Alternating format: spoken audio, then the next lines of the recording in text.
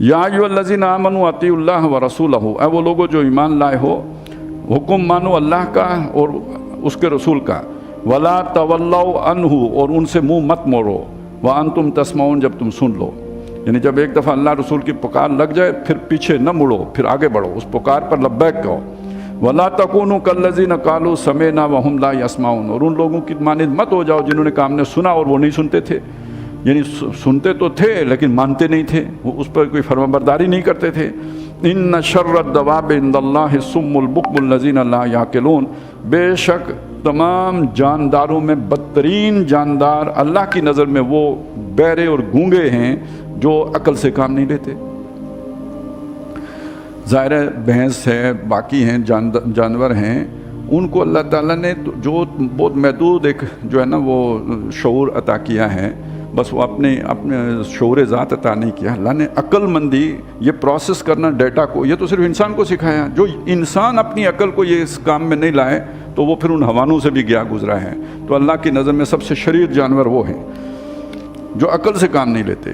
وَلَوْ عَلِمَ اللَّهُ فِيهِمْ خَيْرًا، اگر اللہ تعالیٰ ان میں کسی خیر کو پاتا، اللہ کو پتہ ہوتا، یعنی اللہ سے زیادہ کسے پتہ ہے کہ اللہ ان میں کسی خیر کو دیکھتا، لَأَسْمَعَهُمْ، تو ان کو بھی سنا دیتا۔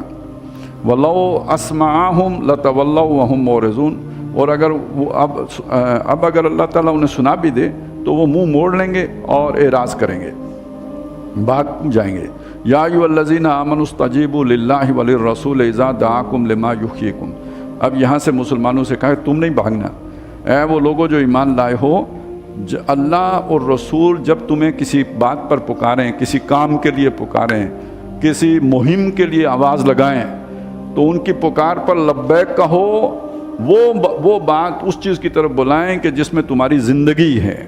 اب خاص طور پہ یہ جو بدر کا معاملہ ہے، اگر اس پہ لبیک نہیں کہو گے یا نہ کہتے تو نتیجہ کیا نکلتا؟ وہ آتے پورے مدینے کی بستی کو تاراج کرتے، یہ جو 15-16 سال کی محنت ہے ساری کی ساری جو ہے وہ ختم ہو جاتی۔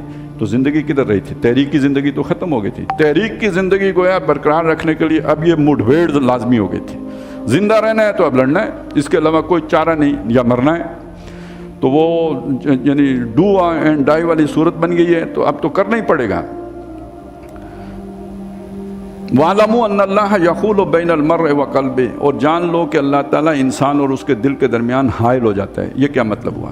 اللہ اور رسول کی پکار لگے، اس سے آدمی منہ موڑ لے، پھر اللہ تعالیٰ ہدایت کی توفیق سلب کر لیتا ہے، پھر ہدایت نہیں دیتا، حائل ہو جاتا ہے۔ یعنی اب ہدایت وہ جیسے ہوتا ہے نا سگنل کے درمیان کوئی جیمر لگ گیا یا کوئی شے حائل ہو گئی تو اب نہیں آ رہا، یا سورج کے آگے کوئی کپڑا ڈال دیں تو اس کی کرنیں نہیں آ رہی، اس طرح اب ہدایت کی توفیق اللہ سلب کر لیتا ہے۔ وَأَنَّهُ إِلَيْهِ تُحْشَرُونَ، اور اسی کی جناب میں تم جمع کیے جاؤ گے۔ اب ظاہر ہے اگر ہدایت نہیں ہوگی تو پھر وہاں مارے جاؤ گے، حساب ہوگا تو پکڑے جاؤ گے۔